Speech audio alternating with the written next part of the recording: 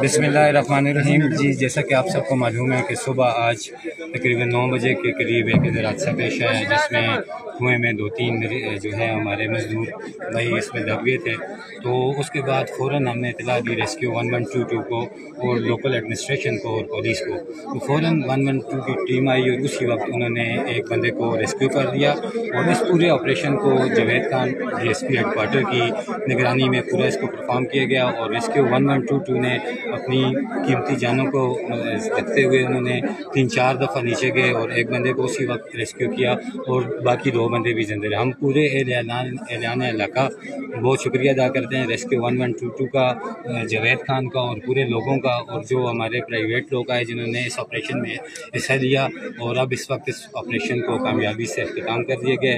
तो सब हज़रात का बहुत बहुत शुक्रिया और हम अल्लाह ताला के लिए बेहद मशकूर हैं कि कोई भी जानी जान नहीं हुआ। बहुत बहुत शुक्रिया। DSP साहब, वो उस बंदे के बारे में जो अभी जिसकी तलाश थी और वो अभी आपका राब्ता हुआ, 3 बंदों का आपने अरेस्ट किया और उन्हें इंकशाफ किया कि वो तो अपने घर में है, उसके बारे में ज़रा तफसीलात बता दें मुझे।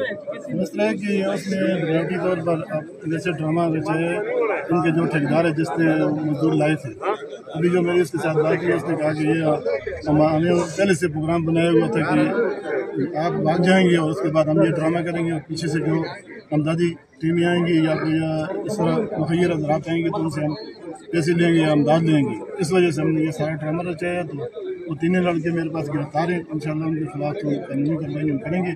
तो उस लड़के का भी बयान हम रिकॉर्ड करवा रहे हैं करीब, तो इंशाल्लाह उनके खिलाफ कार्रवाई होगी। अगर इनमें से कोई मदई बनना चाहता तो हमें खुशी होगी, नहीं तो खुद हम ठीक है। ठीक है सर, शुक्रिया।